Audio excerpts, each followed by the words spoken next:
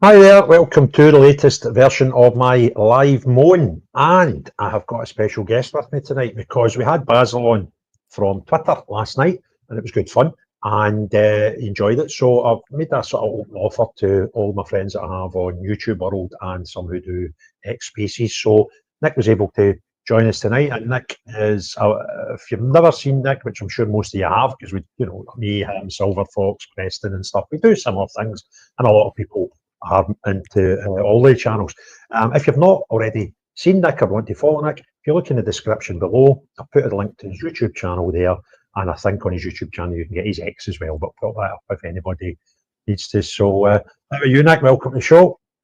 I'm good, thank you, and thank you for the invite. And for people who don't know, I've spent the last 5 minutes trying to figure out how to log on YouTube Live. I didn't even know you could do YouTube Live.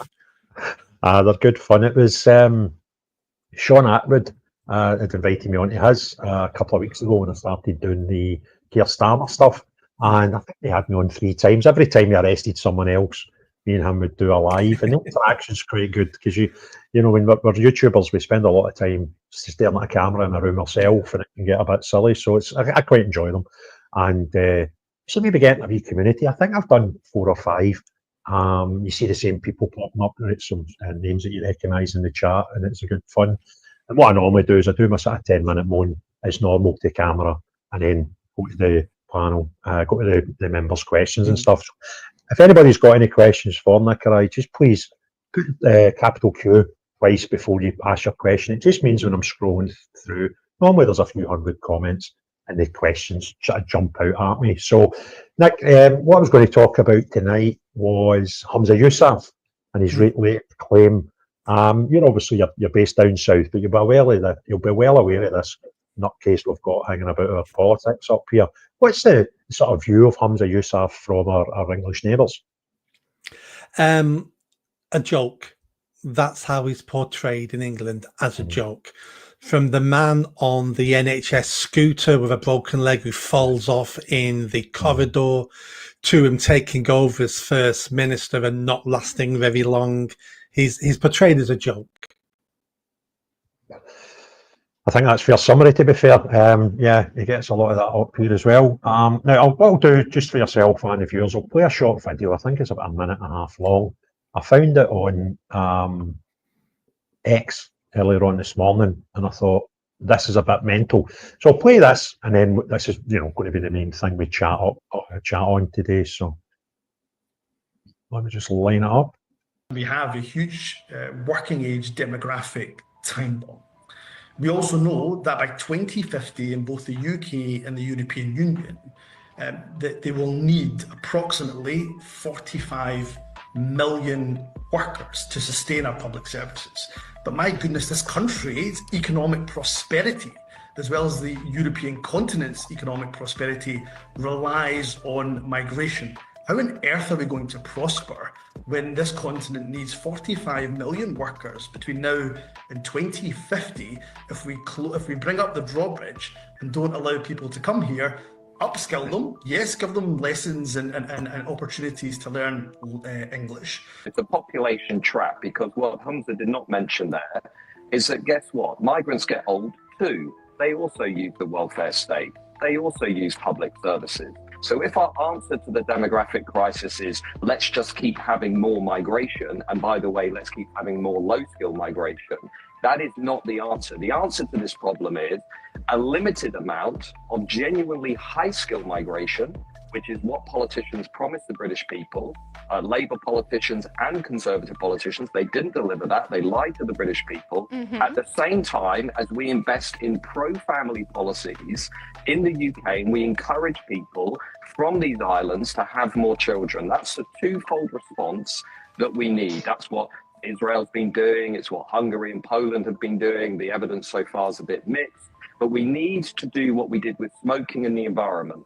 We need to fundamentally change the culture in this country, so we are incentivizing people to have more children, and we are supporting British families, not making life harder for them by saying, well, mass immigration is the answer. Okay. That is not the answer to this problem. All right, Humza, how would you respond to those points that Matthew's made?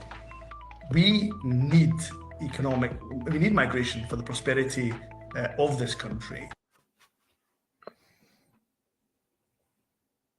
Well, Nick, is that the first time you've seen that? No, I watched it a few hours ago. What do you think? What's your initial thoughts on it? Both those guests are right, and both of them are wrong for different reasons. Humza is right in one aspect. At this moment in time, Europe does need 45 million immigrants between now and 2050, if nothing changes.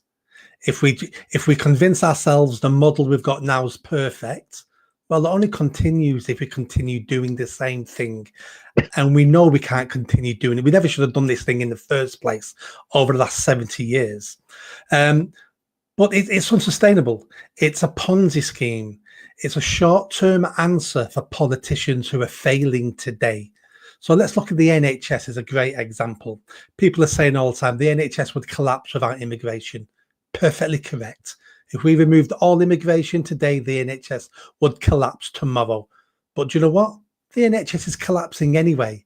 So, it doesn't provide the service we want. But the reason why immigration props up the NHS is because politicians will not solve the problems that need to be solved within the NHS. Why can't we train enough nurses? Why can't we train enough doctors? And that's the crux of the issue. We have something like 10 million people in this country economically inactive. There's your future employers right there. Yeah. It's just one mistake after another mistake after another mistake. And then Matt Goodwin's talking about what we need is high-skilled migration. No, we don't. And because of that is just a different aspect of the immigration problem we've got. High-skilled immigration takes jobs away from British people, but it also leaves those other countries poorer. We keep stealing the best and the brightest from around the world, and we wonder why the third world stays the third world. We wonder why those countries can't produce a decent country to live in, so people flee. It's because we keep stealing people, and it's a new form of the slave trade. And the NHS is the biggest slave trade organization in the world. We go around the world and we steal their best, their brightest, and their medically trained staff. We let the poorest countries train medical people that we go and steal because then we think we're going to get a benefit out of it. The whole immigration con needs to be looked at. Do we need 45 million people importing into Europe and the UK?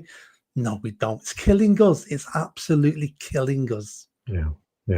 I think there was one thing that I didn't think of until I was just watching it back then. I've got 2 points that sort of annoy me about the video now. The first thing is when they say we need 45 million, he doesn't say immigrants. He says workers. I don't know the stats, but very, very few people, when we do need, if we do genuinely have any need for a skill shortage of workers or a particular industry, most of them don't come alone. So it's not, if we need 45 million workers and we brought in 45 million workers into the Western Europe, how many people is that? Because it ain't 45 million. It'll be at least double that. And I would suggest possibly 3 times that. I would love to know what the average is when we do bring a legal, because this isn't counting the illegals in the asylum seekers, this is just purely workers. So if you bring another 45 million to the UK and the EU to work here, how many are you going to end up with in total? And that's kind of where it gets a bit scary. But one personal point of view is we need to start infusing our youth. Because when I was a kid and people were talking about what do you want to be when you grow up, a lot of girls I know in particular went into the care industry, and some of them are very successful, managers, ward sisters, etc., whatever titles we give them now.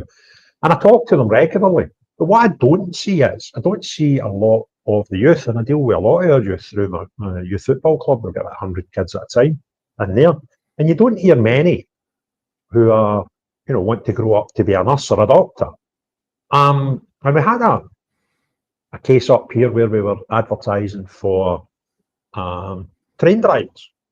And I can't believe we've got a shortage of train drivers, because a train driver just now is getting somewhere circa £70,000 to £80,000 once they do their probation. So how can you have a country with a shortage of train drivers? And somebody said, well, what would you do about it? I said, I'd sort it out in probably the space of a month. Because if I was in Hollywood, where they're hoping to be next year, and there was a shortage of anything, let's take the train drivers as an example. I would say, right, well, I'm a representative in Glasgow.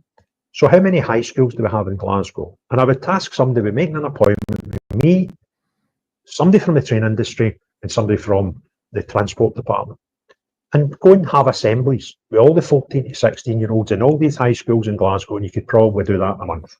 And I guarantee you, if you go in here and you sell it to them properly, and you know the benefits of the industry, how we're sure, the wages that are available, which are fantastic, and try and energise the youth to go and work and see potential in that career, I guarantee you would get at least one kid every time you had that assembly who would think, you know what, I think I might want to be a train driver.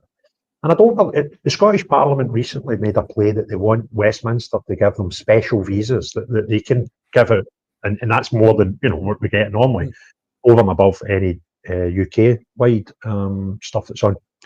And what they said was, because we've got skill shortages in certain jobs, 6 months before that, they announced that we have a national housing crisis. So I don't know where you're going to put these people. And the figures up here are between 20 and 25% of our youth will never, not just now, right? They will never in their adult life contribute to national insurance or PAYE. And that's frightening. So we don't have a skill shortage up here. We've got a get up off your arse and go to work shortage up here. We've got plenty of people. But when you've got between a fifth and a quarter of your youth who already state will never contribute to the national PAYE schemes, etc. That's pretty frightening. Do you see similar issues down south with the youth and the sort of early 20-year-olds? Yeah, I mean, when you said then about going into schools, recruiting, selling the jobs, selling the aspiration, selling the experience of working, getting a good job, we don't do that. And the reason why we don't do that, that's hard work. That's hard work. We've got to go to schools to speak to white people and speak to white kids. I don't think so. That's not cool. In fact, I think that's slightly racist. If we're trying to get white indigenous people jobs, it's easier and I get more brownie points if I advertise those jobs abroad. Let's get someone abroad to come here, because that's going to increase our diversity. There's lobby groups working for the immigration sector, lots of NGOs, lots of charities who are selling this all the time, the globalists, the elite. It's easier to hire someone from India or Poland, get them to come here to be a train driver, and then I get the kudos of being a wonderful globalist. It's hard work talking to white scum, and that's the problem. Our elected officials have given up on the white population, the white working class. They see us as beneath them. They see us as the problem. They see us as all you're good enough for is to sign on, and you should be lucky that we're willing to sign the checks and let you sign on. This is the same attitude, the same way of running the country that allowed 100,000 poor white girls to be gang raped over decades, because you're not good enough. You're not like us and my children. You're a subspecies of a human, of being British. We need politicians who are going to put the people first, the people who live here, the people who are born here. And it's a strange thing to say, but hardly anyone does that now in the West. Trump's trying to do it, which is good. And one or two European countries are attempting to do it, but they're getting a lot of pushback from the EU. But we don't put our people first anymore now. And that's the crux of all our problems in this country. If you look at unemployment, you look at migration, you look at the benefit system, you look at crime, it's all because they don't put the people first. Our politicians aren't good enough, they're not bright enough, they're not clever enough, and they're always looking for short-term solutions to problems. And I've worked with many politicians when I worked for Manchester Council, and the most common conversation I'd have with politicians would be, Nick, I've got a problem in my area, and I was in charge of antisocial behaviour, reducing crime. And they'd say to me, Nick, I'm up for election in 18 months' time. What can you do in my area to solve antisocial behaviour? And I'd go, in 18 months, nothing. Yeah. I could waste the money and make it look like I'm solving it, but it would only look like that. I'd be doing nothing once you go past the, you know, the pink and fluffy stuff. And every politician would say, do that. Spend your budget, waste your money on making it look like you're solving a problem. And I'd go, but that's a waste of money. I don't care, because I need a solution to this problem ASAP. And that's what politicians in Westminster do all the time. They're looking for short-term PR rather than fixing some of our problems. Some of our problems are going to take decades and decades to fix, but you've got to start on step one, fixing it. They don't even want to go on step one because it's too hard, too difficult, and they're only ever worried about their careers. Yeah, and possibly re-election. But I use this often when I go down to rallies and stuff. I take this with me, and I say, see if you have got one of these or can get one of those. You know, you're eligible to get one. That's who our parliament should be putting first. And if you're America and you've got an American one of these, then that's who they should be looking after first. If you've got a Filipino one of these, then that's who the Philippines should look after first. But we don't have that mindset, and it seems like we don't have that mindset right across Europe. But as you say, it seems easier to just bring people in, and there's this myth that you know that'll somehow sort the economy, and they'll pay, you know, they don't cost any money, and they you know, they put money into PAYE, etc. But they all get older. They all bring people with them. So you're putting more strain on our own services and our houses, etc. They're already busting, it seems. So it seems ridiculous to me that you don't say, but you know what? We'll put these people first. We'll start with the 14 to 16-year-olds in the hope that in 10 years' time, that's starting to, you know, you can't fix it in 10 minutes. But they don't seem to have the foresight. And the politicians that I see, they tend to, well, at least give the impression to me that they're only interested when it's coming up to election time. Some of them don't even go to their work, and it's absolutely bonkers. So that's, I think we've done that as much as we can. What other stories caught your eye today, Nick? Was there anything else that got your juices flowing?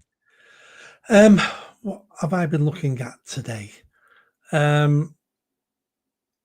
It's the same old crap. Something from last night I looked at and was quite surprised. I think it was a Tesco's in London have put plastic containers over all their chocolate bars to stop them being stolen. So you can see a chocolate bar in a container, but if you want that chocolate bar, you've got to go to the counter and then they give you a chocolate bar. That's how bad crime is. That's how bad antisocial behaviour and the degrading of society has become. That chocolate bars now are not safe in a shop. Where the crime epidemic's getting worse and worse and worse. And people who say, Nick, it's chocolate bars. Yeah, it is chocolate bars. Who cares? It's not about the chocolate bar. It's the road we're travelling down. If we accept people stealing chocolate bars, we accept people stealing cars, we expect people mugging people with knives, we start expecting and accepting people being murdered and beaten up. It's the road we're going down. We don't live in a high trust society anymore now. We live on an island of strangers where it seems to be every man out for himself. And that's a dangerous world. Yeah, no, I agree with that. And I think, I can remember when they started putting like a fillet steak in one of those security boxes. And you think, how bad is the world? But I kind of understand that because it's a small thing, you know, it's relatively high value if you're in a supermarket. And most of the expensive toiletries and electrical items. So I kind of get that. But looking at the price of stuff, you're thinking, when are they going to start putting cheese in security, in security boxes? And it's kind of mental. So that doesn't surprise me, but it's a terrible barometer. And I saw a video today, like a young girl took it on her way out of a McDonald's. I think it was in London. Yeah. So you saw coming in and they started fighting with the guard, and you're just thinking, they've got no respect. There's no respect, there's no morals. It's just the society's broke, and we kind of need to fix it. We need to fix it kind of quick. Well, I'm just going to look at the messages just now. While you've been talking, I've been clicking a few and highlighting a few. All the ones that I've got double Q on it are kind of easy for me to identify. So thanks to those that done that. While you're looking for questions, let me comment on that video you just talked about. Then, while you're looking for questions, no, I've got them. I've got them lined up, mate. But crack on anyway. I saw that video, and we need to ask McDonald's ourselves, one, we need to ask ourselves, why have we got young people in this country, born and bred here, all colours, all races? This isn't a particular race thing. Why are they like that? Why are they feral? Why are they wild? And it's for series of things. The first thing is bad parenting. A lot of the blame goes to bad parenting. Single parents, not being raised with manners, with respect. But then also you need to ask yourself, what is society offering these young people? Because they're not stupid. They're imagining their future, and they know what their future is. It'll be unemployment, it'll be benefits, it'll be selling weed, it'll be being a drug dealer, it'll be a bit of a criminal, it'll be a bit of a gangster. And they're seeing that as their future because they know society doesn't care about them. And if society doesn't care about them, they're saying, we don't care about society. We'll burn it all down. If you don't love us, we don't love you.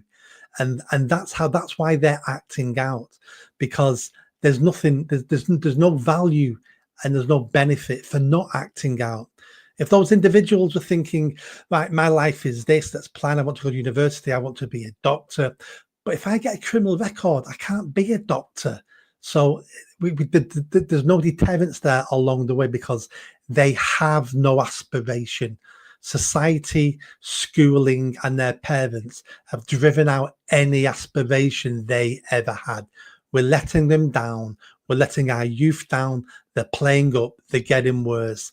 And until we tackle that, things will just get worse and worse. Yep, I don't think anybody can disagree with that, matey. Right, so what we got is Humza. This is from Linda.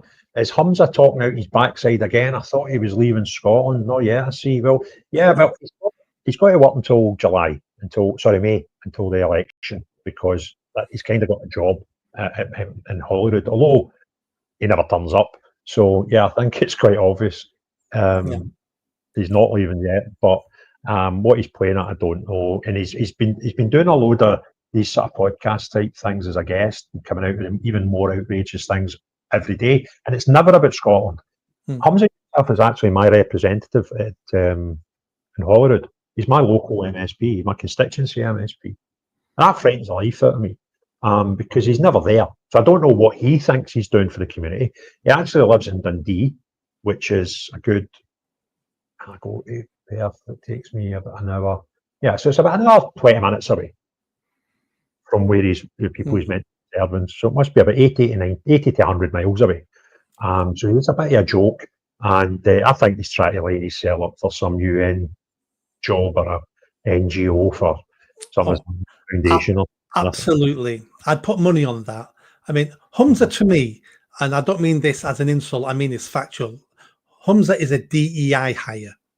It was the only reason he rose up the ranks in the SNP. Only reason he became First Minister. He's a DEI hire. Because of his religion and colour of his skin, he got a big tick in the box and he got to the top of the tree in Scotland. The second he was tested, like all DEI hires, the second he was tested, it all fell apart because he wasn't good enough for the job. I don't think he's a very bright man, to be perfectly honest. And what he's doing now, he's now laying the foundation to his next career.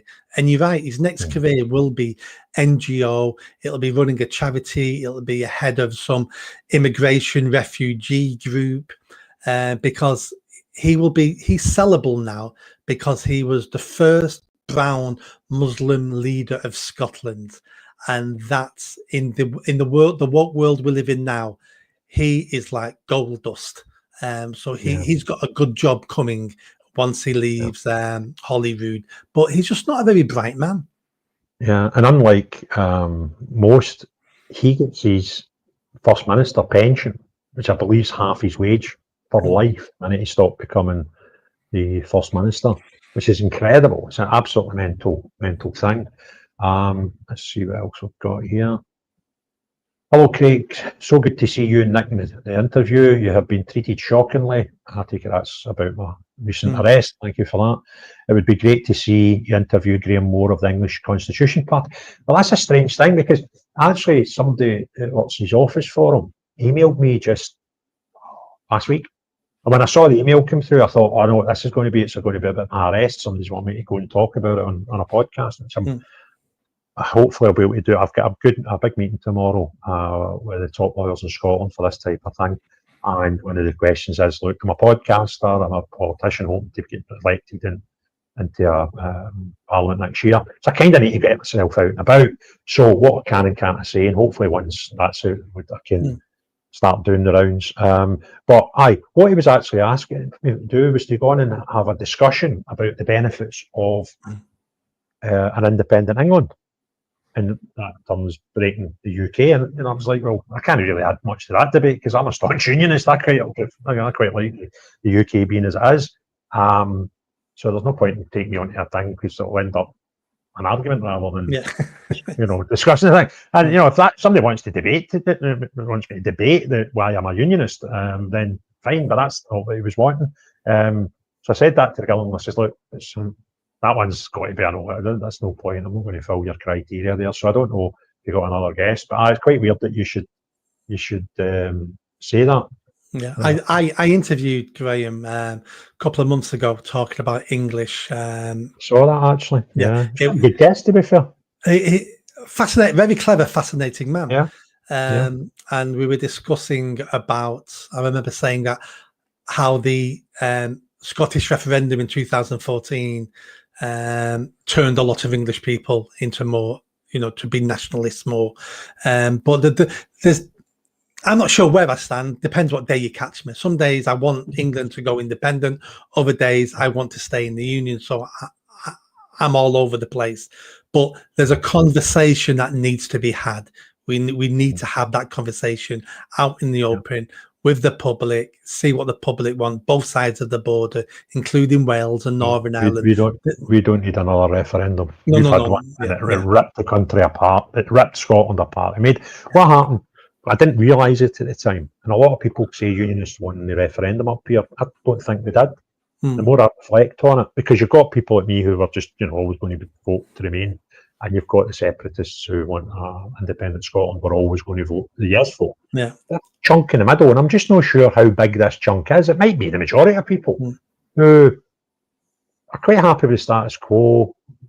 They don't live and breathe it every day. And they thought when we made them become a unionist or a nationalist that day, and everybody demanded to know how everybody else was voting, which was a new phenomenon to me. And it's ripped up communities, it's ripped up families. I've got family members. In fact, it's weird because the most avid independent person in my family who's was out there campaigning for independence, we can have a discussion about it. And we don't have to agree, but we do agree on some things, but we don't have to agree on that particular point and can still, talk. But I've got other relatives who I've just never spoke to since. And, not through my choice. I've got ex-work colleagues, old neighbours, old friends that I just don't talk to anymore because of that. So be careful what you wish for, Mike. It was a horrible thing. And I don't think Scotland has recovered. I can imagine how it was, because don't forget, we had Brexit 2 years later. And Brexit did exactly the same in England. Tore everyone apart.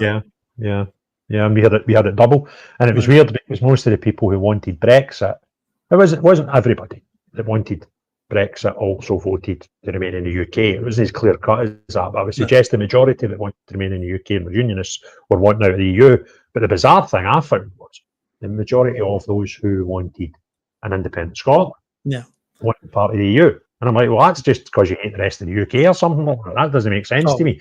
Strangely enough, my cousin, who was an activist for independence, he just wants true independence, which is independent from Brussels and Westminster, which I kind of can respect that point more than the majority of separatists up here who want to be part of the EU and give away sovereignty. And that kind of baffles me, but be careful what you wish for, mate, because what a horrible time that was. I watched Nick, this is James, I watched Nick Buckley last night with ex-copper, very insightful, you should watch all. What was that? Yeah, that was a Reform UK councillor from Somerset down south. He's an ex-cop, 30 years public service, ex-copper, ex-armed police, ex-magistrate, was an independent for a few months as a councillor, but then has now moved over to Reform. And we were talking about the crap he's had from the council, from his former colleagues, because he's moved to Reform. They've kicked him off all the panels. It was just, he was quite surprised at the tribalism and the backstabbing in politics. He didn't think it went on. I went, you've not seen anything yet. I've got an ex-Reform candidate whose kid plays for my football team. And the reason his kid plays for my football team is his last football team were getting a bit weird with him because his dad was a Reform candidate. And you're like, I'm not Reform's biggest fan. That's kind of bonkers. You know, that if that's what on society that's affecting kids at kids volunteer football level, then, you know, society's pretty mixed up.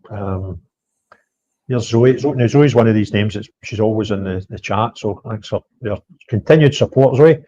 Yeah, I found you through, Nick. Well, there you go, Nick. I need to thank you for that one. Hopefully we can send some your way as a wee bit of a payback.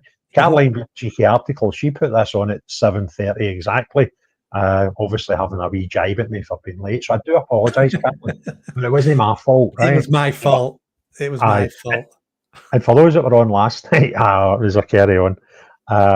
It finished rather abruptly, because I could see that I was at my partner's house and my laptop was on one side of the room and the plug was on the other side.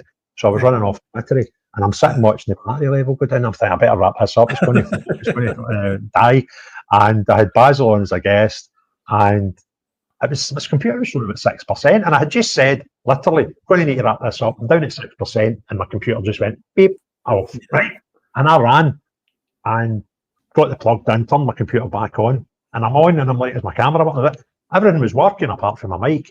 So I just went, I can't be coping with this. So I'll take the blame for last night, but Nick's already owned up for tonight. So thanks for that. Question, do you not think that maybe he's the only one that will prosper with all the kickbacks he's been promised to push this agenda? Looks like that to me. So Andy McDonald, I think, is obviously suggesting the infamous Mr. Humza. And I think, as Nick and I already alluded to, that's probably where we're going with this. That fair comment? Yeah, I mean, what we need to understand again about Humza, he is not committed to Scotland like the average Scottish person is. And I'm not being racist, I'm not being rude. His roots are not here. His ancestors aren't buried in the ground here. You know, that's why he's always talking about Pakistan and Muslim causes and things like that, because he does see Scotland as his home and he speaks with a Scottish accent, all fine. But he's not committed to this country like other people are. And if Scotland if Scotland failed tomorrow and suddenly there was no money, no jobs, Humza and his family would find the next country to move to, because that's a trait of them and their family. We have people who are diehard and will stay in their ancestral homeland because it means something to them. There's something about the salt, the dust, the earth, and they want it there in between their toes, and they will stay there. Other people, and it's all races, other people are more of a wanderer. They will go where better opportunities. They will follow the buffalo to better pastures. They will get in ships to explore new lands. And Humza and his family are nomads. They will go to the next best country that will do the best deal for them. They're not. He's 99% committed to Scotland, but many Scottish people living in Scotland who have been there hundreds of thousands of years, they're 100% committed to Scotland. There's a difference in that 1%. Yeah, no, I can agree with you more there. That's a fair point, I think. Is that what we just had? Yeah. Another good question from James Cameron.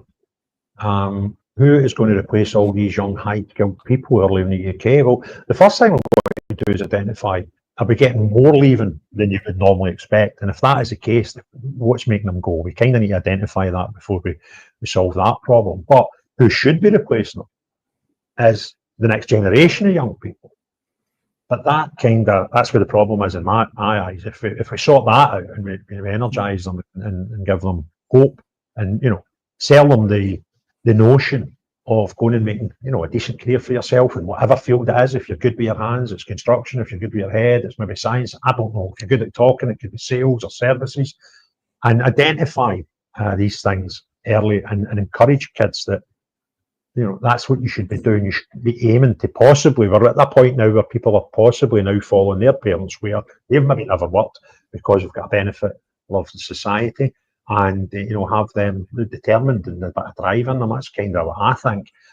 Because if we don't, then we will have skill shortages and then the Humzas of the world might be right with their statements that they're saying. What's your views on that, Nick? It's a warning to us that we've created a country and we're actually creating a future that the citizens of this country don't want and are willing to go abroad and find a better country. That's an indictment on the way we're running this country. It's not about economics. Some of these people, the non-doms, are foreigners coming here and now we're going to tax them more, they're leaving. Fully understand that. The foreigners in the first place. But people have been born, bred here, who are now thinking, my future might be in Poland, my future might be in America. That's a worry. And that feeds into the question about why we're not having enough children. Because people don't want to bring the next generation into these islands. So until we create a society and a country where people actually want to settle down, want to have a family, want to have children, can afford it, then they're not going to do it. I've had many friends saying to me that they would like to leave. They'd like to go to Poland, Lithuania, America. And my conversation with them now is I use the C word, and the C word to me now is cowardice. And I say to them, England, UK is getting a bit difficult, is it? And you're going to run away. That's your answer to our problems. Is you're going to get your football and you're going to go back home. You're going to run away with all your resources and with the education this country is giving you, with all the opportunities this country is giving you, and you're going to run away. Aren't you the person who's been telling me for 10 years about how you're sick of immigration, how you're sick of people coming over here taking the jobs and not integrating, and how they're a problem? And I agree with them. And I'm saying to them, so your solution now is you're going to be an immigrant. You're going to go to someone else's country and be an immigrant, and you're going to not integrate there. I was like, this is cowardice. And we need to start saying to people, our country has problems. Our country is slowly dying. I get all that. But the answer isn't cowards to run away, for God's sake. What would have happened in 1939 if we all would have run away? What would happen when Napoleon wanted to invade? The Viking invasion, the Spanish Armada. We've been in worse situations before. And Englishmen and British men didn't run away then. And now it seems to be acceptable. We've been so over-feminized in the West that being a weak man now is seen as normal. Because that's what most of these immigrants are coming over here. The weak men. The men who couldn't fix their own country, couldn't make it in their own country. So they abandoned their family and their ancestral homeland to come to our country to be beggars. They're weak men. But our men are just as weak, many of them. And until we solve that, until we have British men being British with a stiff upper lip, taking personal responsibility, fixing their own lives, their families, their communities, their nation, nothing's going to get better. Because all we do now is we look at ourselves and we go, life's tough here. I'm being overtaxed. My life's not great. I'm running away. Well, yeah, you are, because you're a coward. And I'm sick of it. And I'm sick of men like that. And I call them out now all the time. The C word, cowardice. Craig Mawson. Hi, Craig. Hope you and your family are well. Well, I'm as well as I can be. A lot of people are saying how you coping with what's going on in your life and potentially facing 2 years in jail. But stressful. People, I soon kind of got that fixed in my head. That it was around about the Monday, so it was 3 days in, and I thought, you know what? Seen these 3 days, there are people who have been given news that them or their close and loved ones have got terminal illnesses. That wasn't me. I didn't have an accident where I've got a life-changing disability because of it. I think for the people that were injured in Liverpool recently, You know, so it's kind of, I'm not dead. Yeah. So yeah, that's how I'm sort of coping with that. It could be a lot worse. Yeah, listen, it is bad. Don't get me wrong, the Yeah. worst case scenario, but I'm going to fight this. I'm quite positive I'll prove that I'm innocent. Whether that reaches court or not, they want to do that will remain to be seen. But yeah, let's face it. Jenny saying, Houston, you having problems? Boom, boom, Jen. Boom, boom, Jen. This is something I've had all my life, and I use it as a catchphrase. Houston, we have a problem. And what I was actually thinking, Nick, was I certainly had problems last night. Jenny, you were in watching it, probably laughing at me. Over this, as we get into the sort of late summer, early autumn, I'm thinking of getting around Glasgow and sort of central Scotland and get a picnic table with a banner on it saying, Houston, we have a problem, tell me what it is.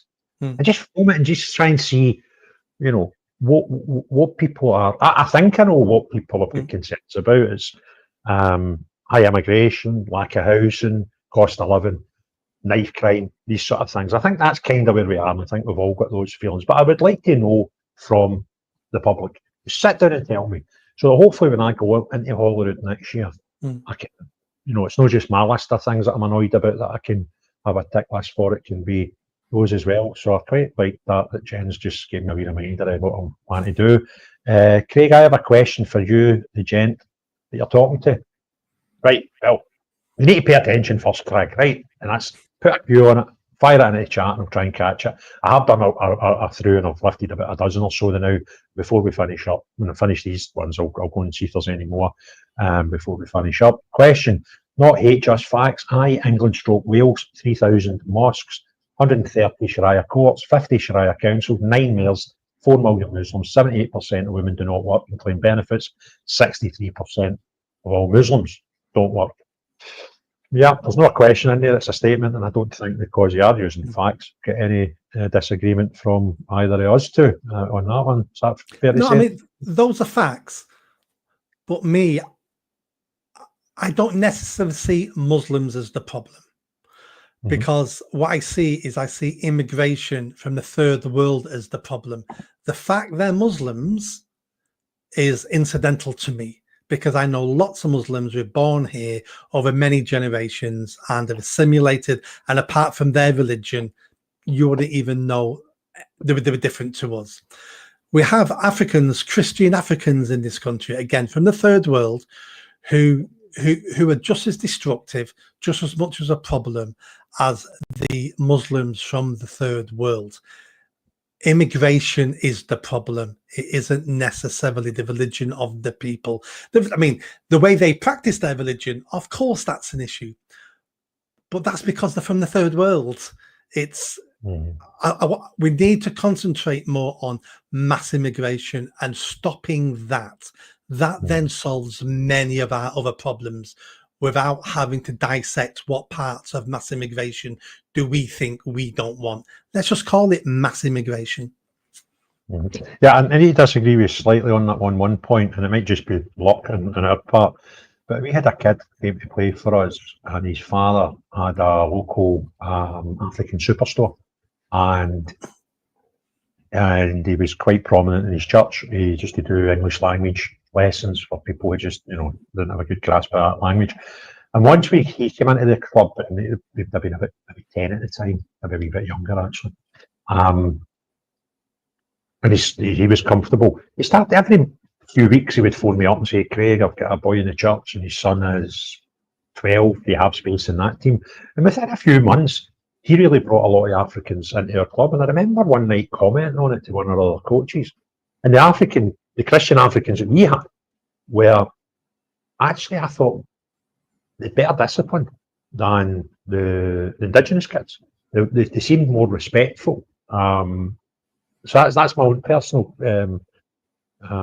dealings with the African Christian community. And I may just have been lucky, and it was because they were from one particular area, and a lot of them were Western Africa, Nigeria, all that sort of area around there. They weren't all Nigerians, but a fair chunk, Cameroon, that was kind of where a lot of these kids came from. But the ones that I saw, certainly, I kind of was all right. We were fortunate. The fact those Nigerian kids were going to church means they were the cream of the Nigerians coming to this country. Yeah, that's a fair point. Because the fact they've got a pastor in the church and maybe they've got fathers at home, all that is benefit and benefit and benefit and benefit, but they're a tiny minority. Yeah, no, I appreciate that. How do we introduce a sense of duty into people, duty to self-improvement and improving society? Well, again, I can only talk through my own experiences, and I've been involved in kids football as a volunteer for about 16, 17 years, and I've started this club myself. Just me, it runs it, but I started it about 10 years ago. And kids there's a lot of good kids out there. There's a lot of little shits, right? But the good ones kind of outweigh the bad ones. You just remember the bad ones a bit easier. And I think you can get into their heads. And the younger you get into their heads about, having something aim for your life and having discipline and having a purpose, then the better chance we've got. Now, that might be the way we're educating them. I don't know. And that might be because parents have obviously got a bigger influence on kids than anybody, like myself, with football. You're only in contact with these kids maybe between 2 and 5 hours a week.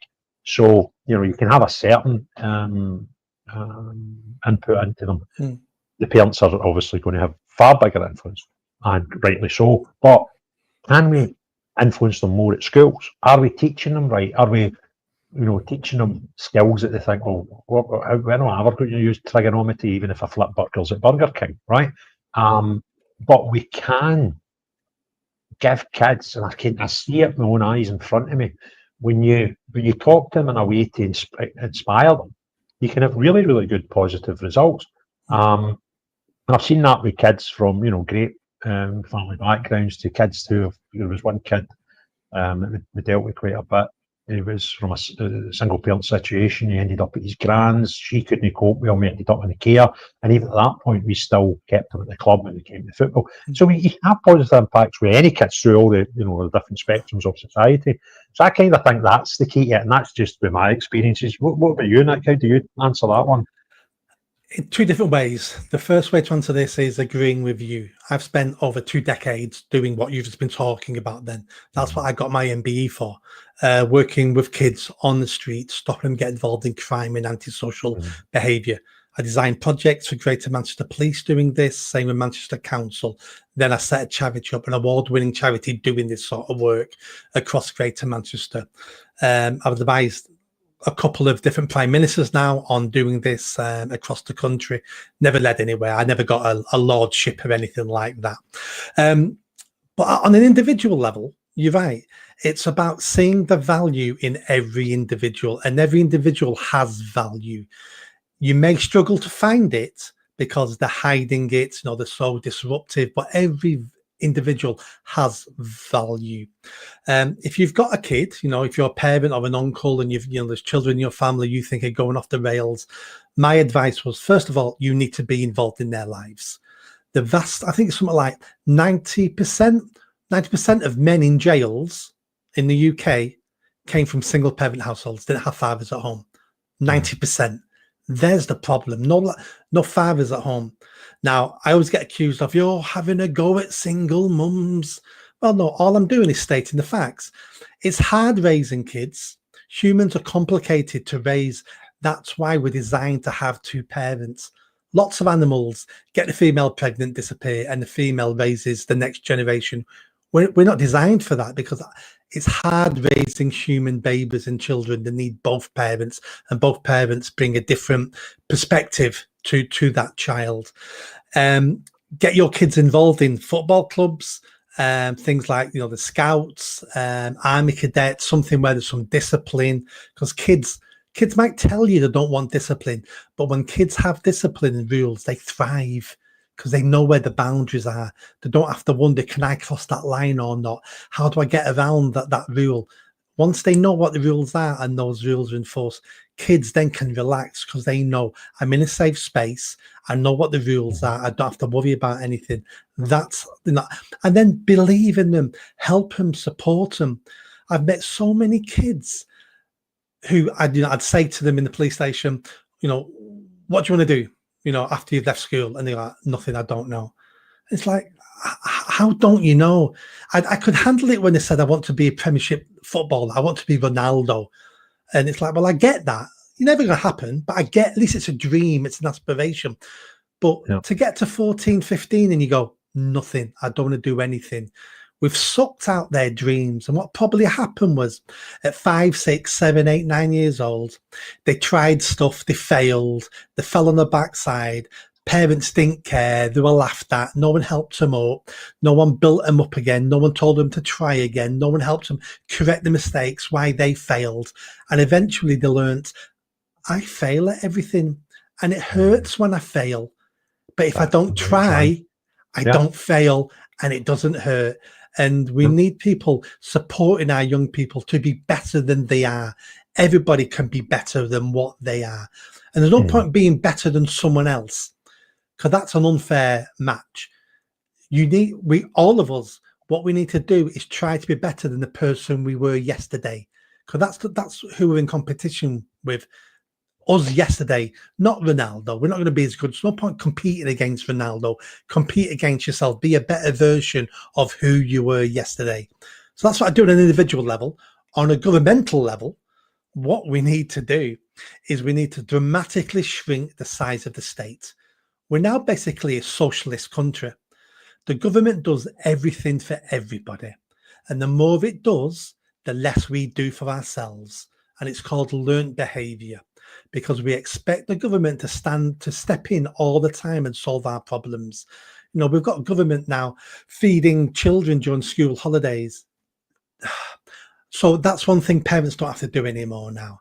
You know, what's next? Brushing their teeth, sending social workers around to get children to brush their teeth. We need to instill in parents some responsibility. We need to instill individuals some personal responsibility.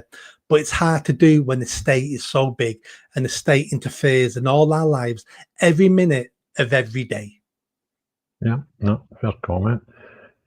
Question, do you see Glasgow? Now, what I've done, guys, well, Nick was talking here, I went through all the ones right up to now, and I fired over the ones that get questions next to them. So I think there's about 4. So just going to fire through these. I'm conscious that I don't want to be here for an hour. And I think there's some good TV on for you guys at half past 8, if there is such a thing. So just fly through these. I think there's 3, maybe 4. Do you see Glasgow ending up with Bradford, Stroke, Birmingham, etc.? Govan Hall already is weak and very similar.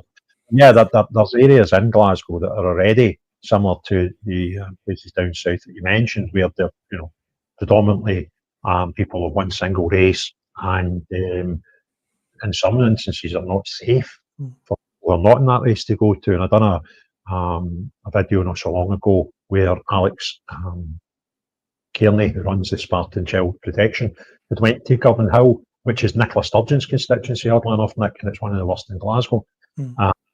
And he was showing you what used to be beautiful, you know, sort of Georgian, Victorian closes with, you know, at one point really nice flats, and he showed the conditions of it now, and you genuinely would have thought you're in a third world. So yeah, and if the SNP have the way, and if, you know, they get more open door policies, then it will unfortunately just get worse. Yeah, the warning on that is every city and large town is on this path already. Yeah. Some are worse than others, but every city and every large town in the UK is already on this path. Fact 2, all kids in UK schools are required to learn about Islam. England, Wales, newborn male baby's favourite name Mohammed. Scotland, it's number 2. Average families between 6 and 8 children. Yeah, and that why it surprised me that Reform are so keen to back scrapping the 2-kid cap on child benefit, because I can't see the most affected by that positively being an Indigenous people, to be perfectly honest with you, Tommy. Reform have got a hangover from Brexit and UKIP.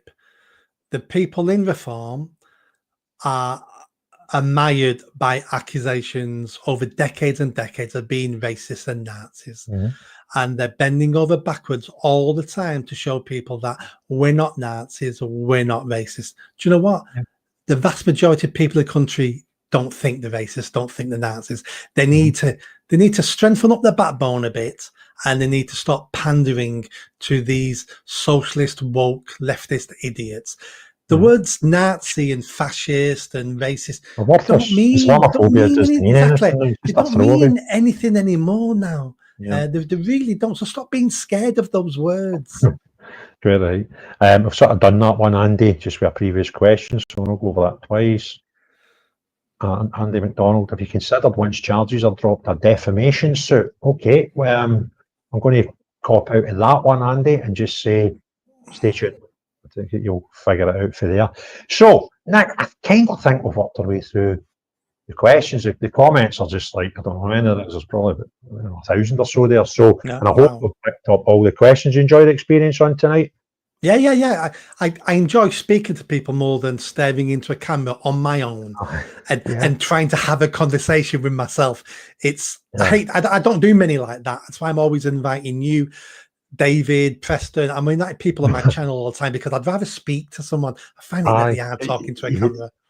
You had asked me on recently, and you'll please forgive me for Yeah. life is a bit up and down at the moment. Of course. I've got things that are just quite fluid, and hopefully it'll calm down in the next. But I've got quite an experience to do at the end of the week. I'm really looking forward to. I've got a lawyer on Tuesday, and then once those two things are sorted, hopefully I can get back in the game, because it's the process that's the punishment.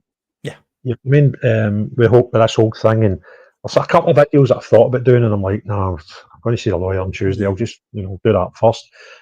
So it affects me, and we both. It does. I'm making out an income from this now. This in the last few months has been building well, and that's off adverts and stuff. So you guys have to thank for that, and it should allow me to do more videos, but it's had the opposite since last Friday, which is it's a bit harsh. And when I'm doing them, sometimes I'm very cautious of what I'm saying, and you're thinking, well, I didn't do anything wrong last Friday, so why should I let that bother me? I mean, I've made 1,300 political videos and been arrested for one, which hopefully the public will see I'm completely innocent for in the distant future. You think, well, why should I stop doing what's right? And if somebody says something stupid in a position of power, and I don't have the ability to question them, if I don't have the ability to give opinion on the politics of today and the things that are going on in current affairs, then that's not a society I want to be part of. So you've then got to make a choice. Do you put the whole thing in the bin, or do you try and fight against it? And I'll give you one guess at kind of where it's putting me. Yeah, absolutely. What it has done, I'm quite a determined bugger. And I was determined up until last Friday to get into Holyrood to make a difference to my part of the UK called Scotland. These buggers with their actions, they've actually just multiplied that. Yeah. So are you aware what happened to me 5 years ago? No. About being cancelled over Black Lives Matter? No. Because I tell you, I wasn't aware of it until up to recently. And I was looking, it's on, so I know a bit about it on the Free Speech Union website. Is that maybe where I've seen it? There's Nick. Oh, he's a bit of bother as well. But that's society. So you either cave in and they win, or you stand up. You stood up, and it's kind of where I am as well. Yeah. So and it's hard, and it's stressful, and it takes its toll on you. But the only alternative is to die on your knees. And I'd rather die on my feet fighting. I didn't think I was going to win that battle 5 years ago. And it took me 5 weeks to beat them all. And in hindsight, they capitulated so easily. But at that time, I was fighting for my life. And it turned out right. But I didn't know that at the time. And you're right, the process is the punishment. In those 5 weeks, I lost 1.5 stone in 5 weeks. Well, the other thing that's worth talking about, we were talking about how much it's costs to defend us, and I'm going to have some great representation, some absolutely fine. I'll talk more about that in the next week or two. But that's just a fortunate position I'm in, and without the advice of the KC, who's going to advise on this case, without his costs, right, the lawyer's part could be up to, depending on if it goes full distance, up to £40,000. Yeah. Now, I can't afford that. I'm just very, very fortunate, touch wood, that get people there that support me to do this. But that kind of means the vast majority of people are not in that position, and I'm only in that position through pure grace of my exposure that this channel's gave me. Yeah. If I didn't do this channel, I could have said similar things, which were nothing anyway. But and being the victim of this sort of action. and not been in a position to get any help with this, and would probably have been represented by the court-appointed lawyer and probably talked into saying I am guilty just to put the whole thing to bed, because I had no access to £40,000 plus worth of advice that I'm getting, because the 40,000 is just a lawyer. I've got a KC on speed dial. So I don't know, their fees would have been more. I'm not saying it would be 80,000, but the actual cost to defend yourself properly in this country is absolutely ridiculous. So when this ends, that's the kind of thing that I'm going to do a wee journey on this, about how unjust justice is. That it's not about being right and wrong. It's about being able to afford or not afford. And that's evidently wrong. That's not what justice is all about, or should be all about. But so you get through yours. I'm quite confident I'm going to get through mine, and I'm determined that it'll be the making of maybe a bit of grace of God. So, listen, thanks very much, Nick, for coming on. Thank you very much to all the people. I think this is the 5th one I've done, and I'm already flicking through the names here. There's a wee community growing because I'm starting to recognise a lot of the names. While we're talking, you're all slagging each other and having a laugh in the comments. So that's great to see. So well done. And it just remains for me to say what I always say at the end of my podcasts. If you liked the video, thumbs up, click share, put some comments in. It will be available within about 10 minutes as a standalone video, not as a live. If you share it with your friends, you'll be able to catch up with it. If you've not already done so, please subscribe to my channel, and you can subscribe to Nick's in the description. There's a link to his. And if you hit the notification bell, YouTube will tell you when we put new videos out. But the most important thing, I'm sure the type of person that thinks Europe needs 45 million workers, and that would mean probably 100 million extra people in it to actually let Europe survive. No you. But everyone else, have a great day. Cheerio now.